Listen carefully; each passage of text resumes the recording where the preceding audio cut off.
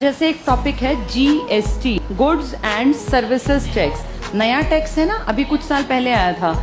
जब ये लगाया गया ना तो बहुत बड़ा चेंज था, क्योंकि हर एक आदमी की जेब पे इसका असर पड़ना था। आज मैं देख रही थी 28% जीएसटी बढ़ाने जा रहे हैं स्टेशनरी के सामान पर, कॉपी पर, किताब पर। ये लिखा हुआ था एक पेज की फोटो कॉपी आगे और पीछे अगर कराएंगे तो 6 रुपए की पड़ेगी। 6 रुपए की एक फोटो कॉपी, तो इमेजिन करो किताब कितने की पड़ेगी।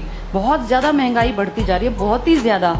आम आदमी के परिवार में बच्चे का पढ़ना नामुमकिन होगा। अगर 6 रुपए का एक पेज छपने लग गया तो कहाँ जाएंगे। और हर कोई तो अमीर नहीं है ना। जैसे देखा जाए तो महंगाई बढ़ रही है, क्या नौकरियों में तनख्वाहें भी बढ़ गई क्या इतनी? नहीं, तो पढ़ेंगे कहाँ से अब पढ़ना भी दुश्वार होगा, बहुत मुश्किल हो जाएगा। ये शुक्र मनाओ कि तुम 12वीं पास कराए। मैं तो ये सोच रही थी जिनके बच्चे अब पहली दूसरी में आएंगे और किसी के घर में 2 बच्चे हैं तो इनकी पढ़ाई कितनी महंगी पड़ जाएगी माँ बाप के लिए। सरकारी स्कूल तो बंद करते जा रहे हैं, पता चला तुम लोगों को? सरकारी स्कूल बड़े लेवल पे बंद किए जा रहे हैं। कहा जा रहा है कि भैया यहाँ पे टीचर्स की जरूरत नहीं है। पहले टीचर्स के पद समाप्त किए और धीरे धीरे करके बच्चे कहा कि इतने बच्चे भी नहीं है, 4-6 किलोमीटर आगे चले जाएंगे।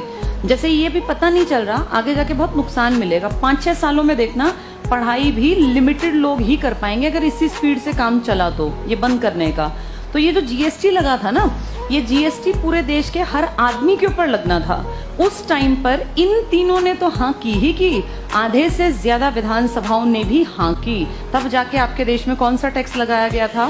Goods and services tax. अब आप यहाँ बेरोजगार बैठे हैं सारे लोग, लेकिन आप सब टैक्स भरते हैं, क्योंकि गुड्स मतलब सामान। तुम ये जो किताब ले रहे हो ना, इसके ऊपर भी टैक्स लगा है। और अब ये टैक्स 28% और बढ़ने जा रहा है कि जी अगर कॉपी किताब पे आप जीएसटी 28% करोगे तो फिर विश्व गुरु कैसे बनाओगे? जब तुम एक एक किताब को इतनी महंगी कर दोगे, गरीब आदमी का बच्चा सरकारी स्कूल बंद कर दोगे, किताबें महंगी कर दोगे, पढ़ेगा कहाँ से? तो कुछ लोग दलील देते हैं कि गरीबों के बच्चे पढ़ते भी कहाँ हैं। अरे 100 में से अगर एक भी पढ़ के निकला तो उस एक का भी तो सपना तोड़ दिया। अब मान लिया कि नहीं पढ़ते थे सरकारी स्कूल में बहुत बच्चे, लेकिन कुछ तो बच्चे वहां से भी निकले ही है ना।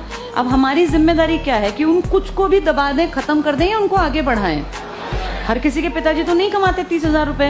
बहुत सारे लोगों के घर में 10,000 महीने के भी नहीं आते। कितने सारे गांव में परिवार हैं जिनमें आदमी कुछ नहीं करते, उनकी पत्नियां गांव में ही कहीं मजदूरी करके अपने बच्चों का पेट पालती हैं। उनमें से एक आधा कोई लड़का, एक आधी लड़की पढ़ लिख के, कई बार ऐसा देखा गया है, अपने घर की कंडीशन बदल लेता है। तो उसको रोकना तो गलत है ना।